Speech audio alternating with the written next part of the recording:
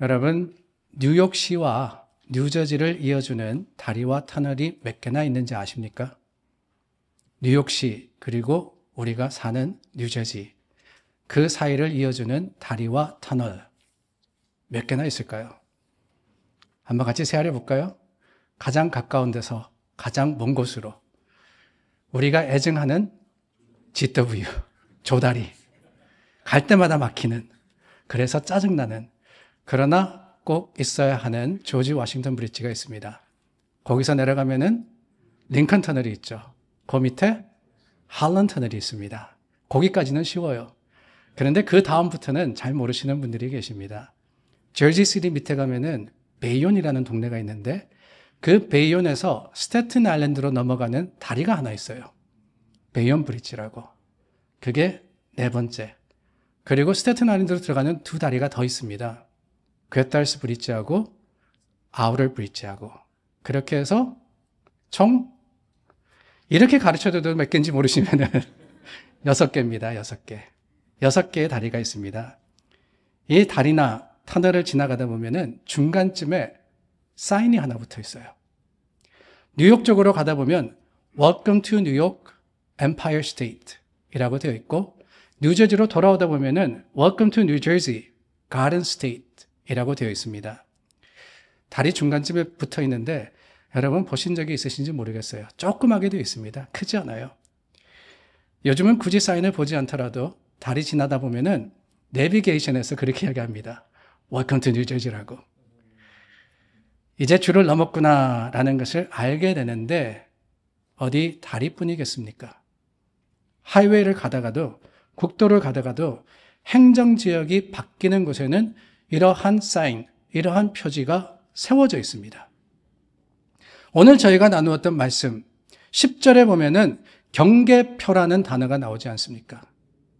이 경계표는 바로 이런 땅의 경계를 알려주는 표식을 뜻하는 거예요. 영어에 보면은 boundary stone이라고 되어 있습니다. boundary stone. 요즘에야 사인판을 세우지만은 예전에는 돌을 갖다가 여기까지는 누구의 땅이고 저기부터는 누구의 땅이다 라고 표시했기 때문에 그 표식이 된 큰 돌을 가리켜다가 boundary stone이라고 했던 겁니다. 이런 경계표는 내 마음대로 움직여서는 안 됩니다. 내가 땅을 더 가지고 싶다. 내 생각에는 내 경계가 저기까지가 아니라 저 멀리까지다 라고 생각을 해서 밤에 몰래 나가서 그 돌을 들어다가 100m쯤 저쪽 안으로 들려놓는다. 어떻게 되겠습니까? 싸움 나는 거죠. 큰일 나는 겁니다. 오늘 본문 10절 말씀해 보니까 유다 지도자들은 경계표를 옮기는 자 같으니 내가 나의 진노를 그들에게 물같이 부으리라 라고 하셨어요. 이 말씀의 의미가 뭘까? 그 뜻을 이해하기 위해서는 본문의 배경을 잠깐 살펴봐야 됩니다. 호세아 선지자의 말씀을 저희가 나누지 않았습니까? 호세아 선지자는 이스라엘이 남유다와 북이스라엘로 갈라져 있던 당시에 사역을 했었습니다.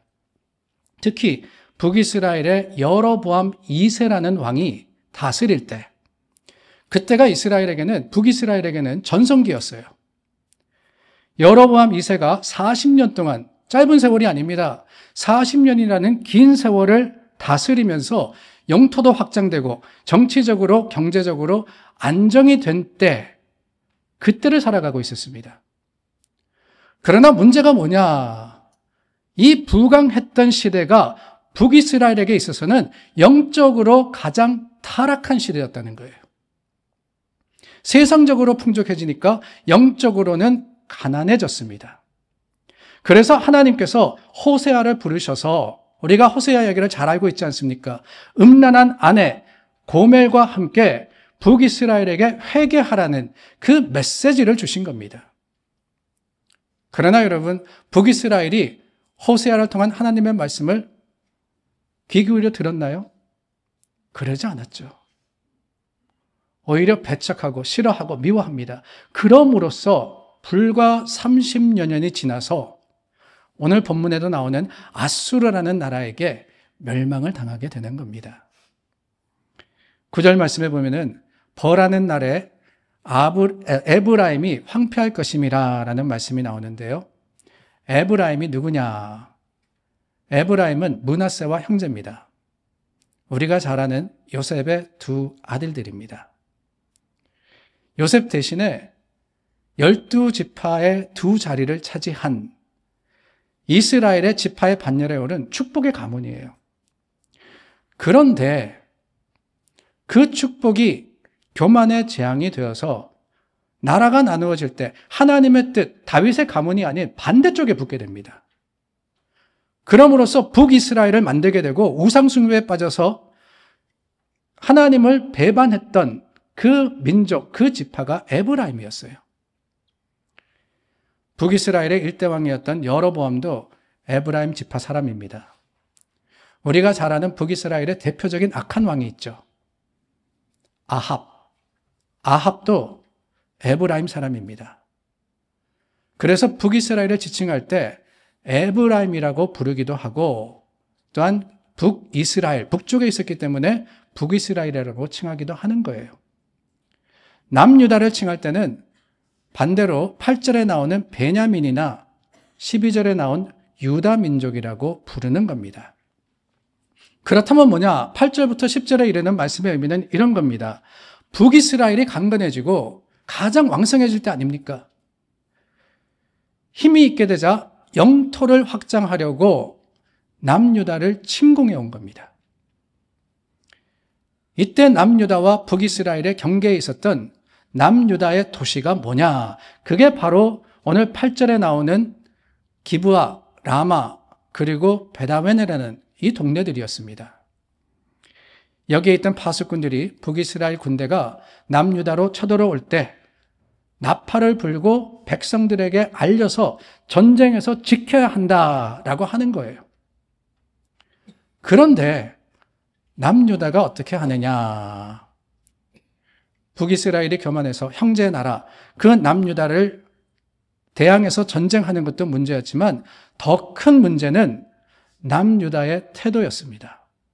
그게 바로 10절 말씀이에요. 유다 지도자들은 경계표를 옮기는 자 같으니, 경계표를 옮기는 자 같다. 무슨 이야기냐? 경계표를 옮기는 것 같이 행동했다. 이 말씀은 다른 게 아닙니다. 앞서서 우리가 경계표를 함부로 움직여서는 안 된다라고 말씀을 드렸죠. 내 마음대로 남의 땅에다가 경계표를 옮겨놓고는 내 것이다 라고 해서는 안 된다고 예를 들었습니다. 그런데 여러분, 그것도 문제지만 더 큰 문제가 있는데 다름이 아니라 경계표를 들어다가 내 땅 후방에 옮겨놓는 거예요. 후퇴하는 것, 그것도 문제입니다.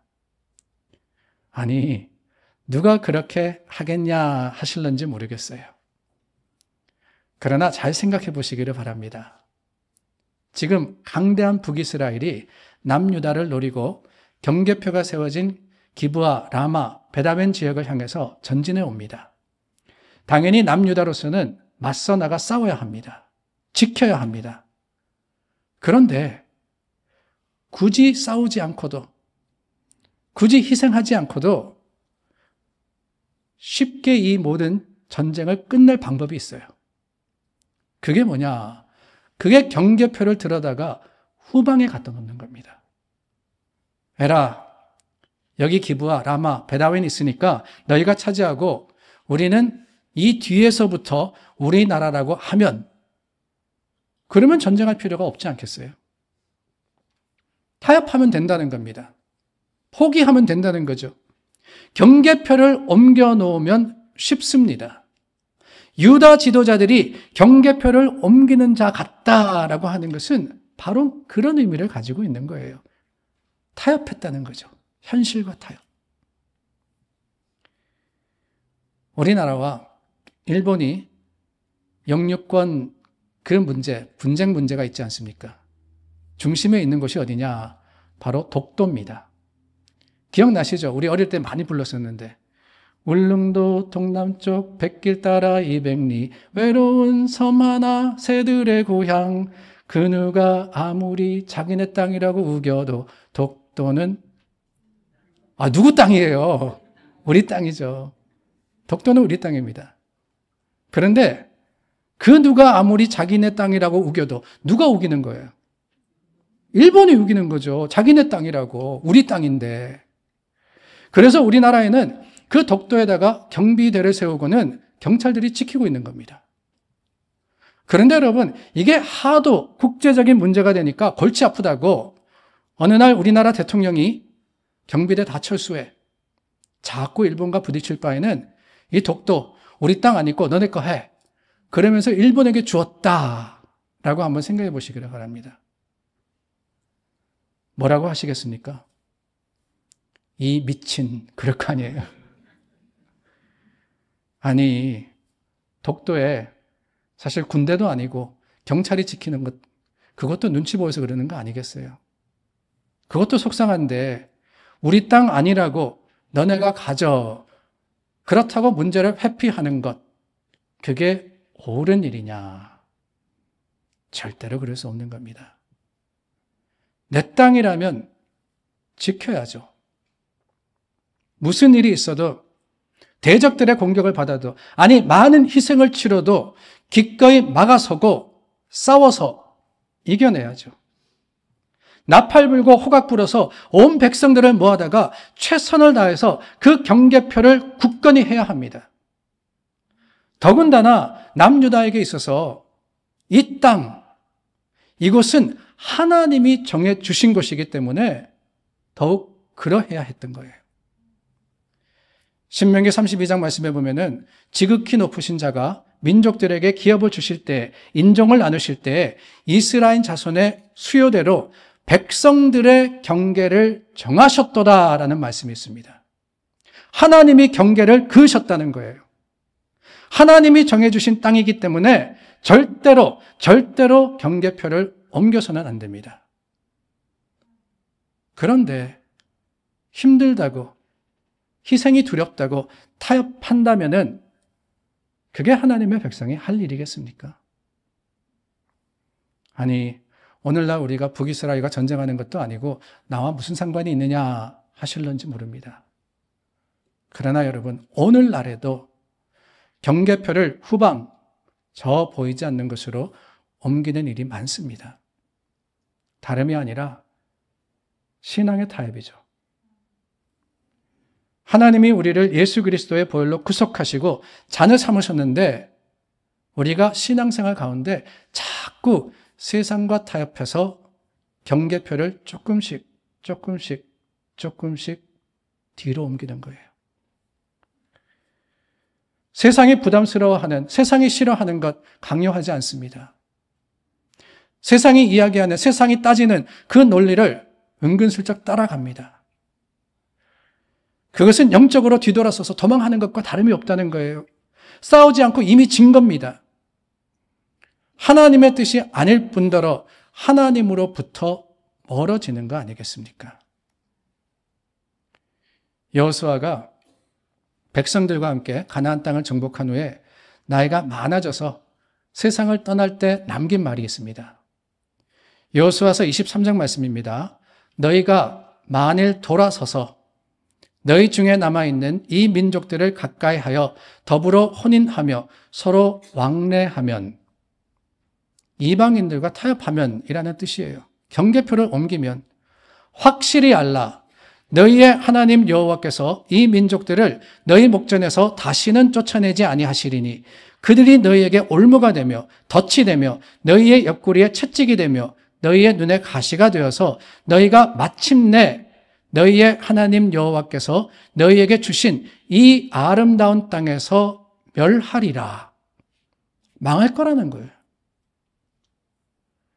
그렇습니다, 여러분. 우리에게는 여러 가지로 뒤로 돌아서 후퇴하지 말아야 할 경계표가 있습니다. 죄와 의를 갈라놓는 십자가의 경계가 바로 그것입니다. 분명히 하나님은 우리로 하여금 구원받은 존재로서 세상과 구별된 삶을 살아라 그랬었어요. 그런데 우리가 자꾸 뒤돌아서서 한 발 물러서주고 또 한 발 뒤로 가다 보면 결국에 어디까지 가느냐? 망하는 데까지 가는 겁니다. 너무나도 많은 성도들이 타협하다 보니까 그 경계선이 끝까지 온 것 같아요. 그걸 마지노선이라 그러지 않습니까? 끝의 끝. 어디냐? 주일입니다. 주일. 주일은 지켜요. 그래도 주일은 어떻게든 겨우려고 하고 어떻게든 신앙을 중심으로 살라 그러는데 삶의 터전에서는 자꾸 뒤로 물러서서 이제는 그 주일과 주중의 경계만이 남은 상태가 아닌가, 그런 안타까운 생각이 들 때가 많습니다. 하나님께서 우리에게 주신 경계표는 교회에 있는 게 아니에요. 내 삶의 터전에 있는 겁니다. 그 삶을 믿음으로 지켜야죠. 세상 속에서 내가 하나님의 사람이라는 게 드러나야 되지 않겠습니까? 세상이 틈타오고 도전한다 할지라도 절대로 그 경계표를 뒤로 옮기지 않는 믿음의 사람들이 되시기를 바랍니다. 그런데 여러분, 이러한 영적인 타협도 경계표를 옮기는 것인데 또 다른 경계표를 옮기는 행위가 있습니다. 다름이 아니라 내게 속한 것이 아니라 경계를 넘는 침범 행위입니다. 이것을 영적으로 말하면은 교만이라고 할 수 있을 것 같아요. 11절 말씀해 보니까 에브라임은 사람의 명령 뒤따르기를 좋아함으로라는 말씀이 있습니다. 남유다의 특징이 경계표를 뒤로 물러서 후퇴한 영적 타협이라고 하면 북이스라엘의 잘못은 뭐냐? 경계표를 앞으로 당겨서 자기 마음대로, 자기 생각에 맞는 대로 차지한 영적인 교만이었습니다.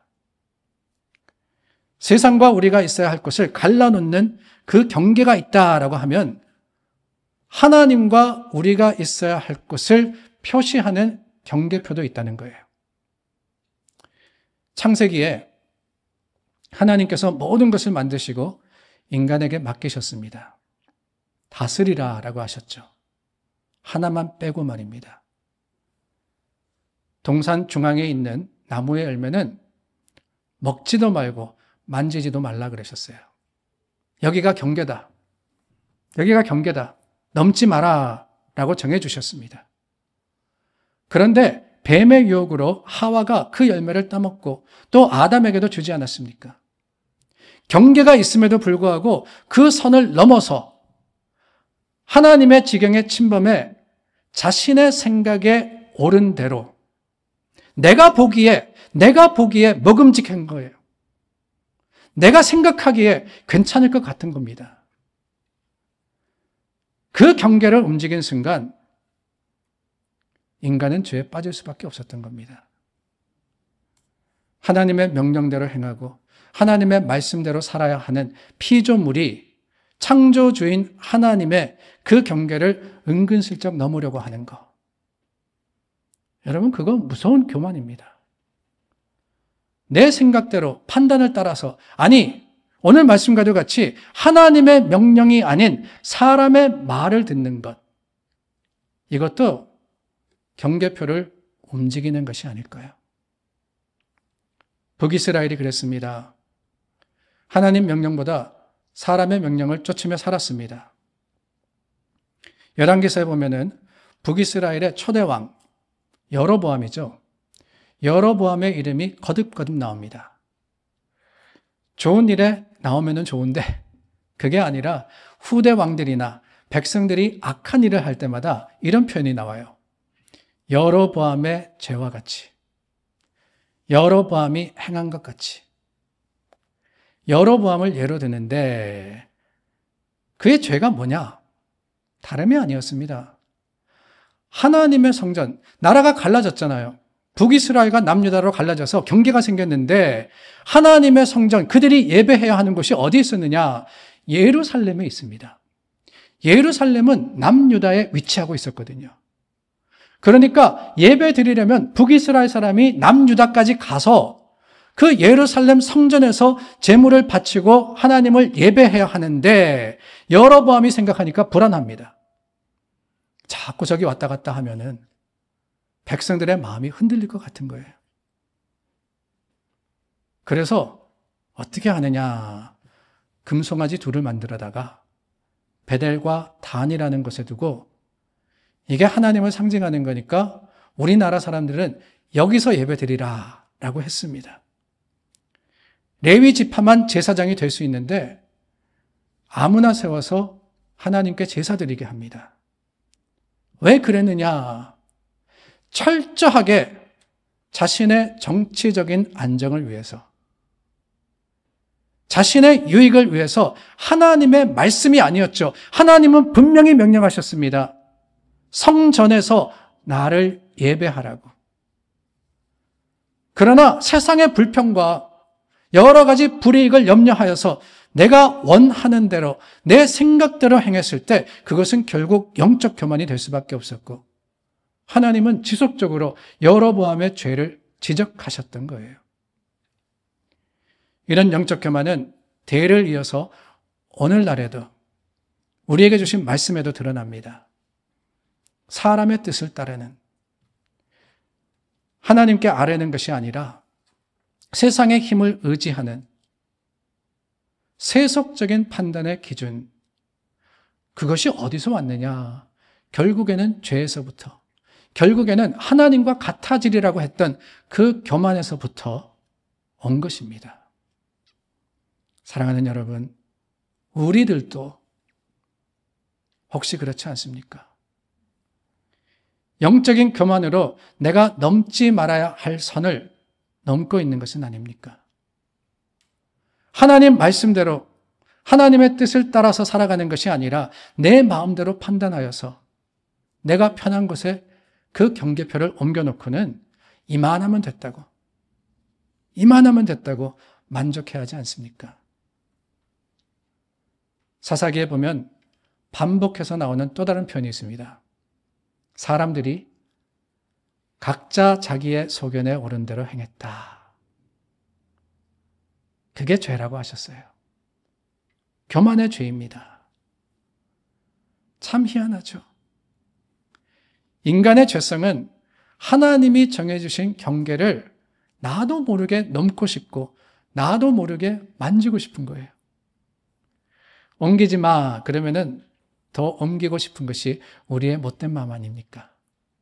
하지 마 그러면은 하고 싶고, 해 그러면은 안 하고 싶은 게 그게 우리의 본성입니다. 그러나 여러분 기억하십시오.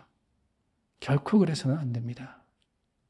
그 결과가 무섭습니다. 12절 말씀해 보니까 그러므로 내가 에브라임에게는 좀 같으며 유다 족속에게는 썩이는 것 같도다 라고 하셨어요.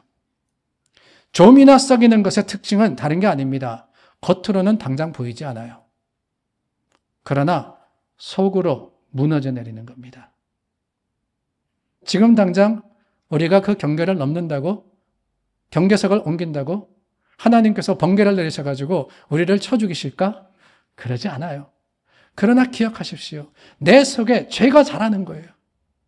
내 속에 타협의 죄, 내 속에 교만의 죄가 자랄 때 결국에는 모든 것들이 썩어져 문드러져 쓰러집니다. 하나님의 백성들이 하나님의 말씀대로 살지 않으면 그럴 수밖에 없어요.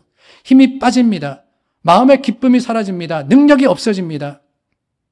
죄를 거절하지 못하기 때문에 그 죄 앞에서 세상이 원하는 대로 행할 수밖에 없습니다. 왜 그러느냐? 내 삶에서 내가 있어야 할 곳을 벗어났기 때문인 거예요.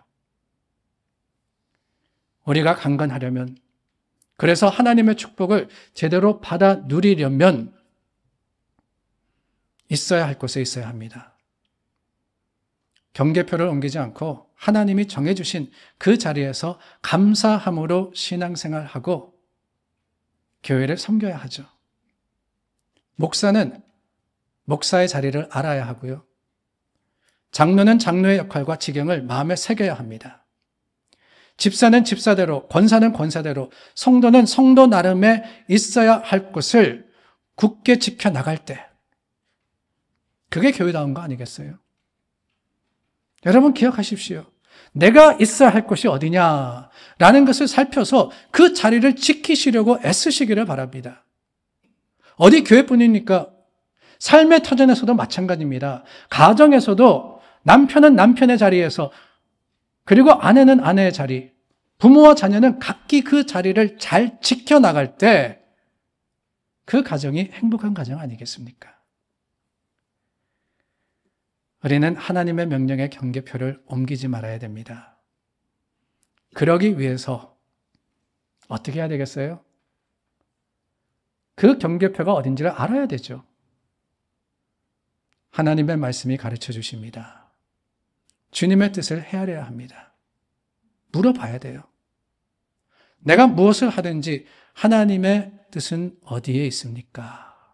하나님 바라시는 게 무엇입니까? 주님을 찾아 구하고 묻고 또한 그 뜻대로 행할 때 여러분 기억하십시오.